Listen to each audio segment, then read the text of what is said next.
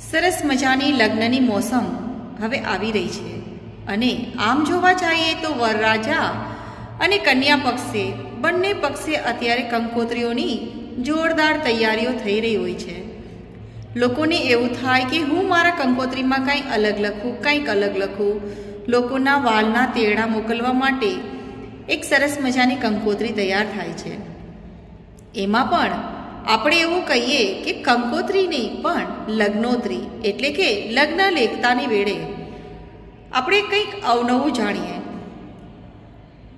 લાડકવાઈ લાડી, જ્યારે દીકરી માટે આપણે લખતા હોય, એટલે કે વહુ માટે લખતા હોય અથવા તો દીકરી માટે લખતા હોય, ત્યારે આપણે એક કંકોત્રીમાં સરસ મજાનું નવું વેરિએશન લાવી શકીએ છીએ. લાડકવાઈ લાડી, તું રૂમઝૂમ પગલે આવ, તું રૂમઝૂમ પગલે આવ, ઘર મંદિરને સ્નેહ સુગંધ સભર સભર મહેકાવ, તું રૂમઝૂમ પગલે આવ, તું રૂમઝૂમ પગલે આવ.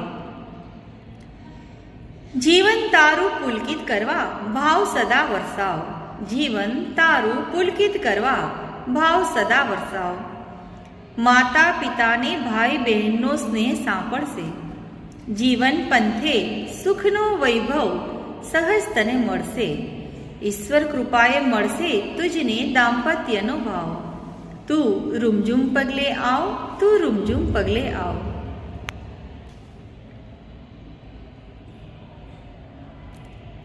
પુત્રવધુનું આગમન, બાબુલના ઘરેથી વિદાય લઈ સાસરિયાનું ઘર શોભાવવા આવજે.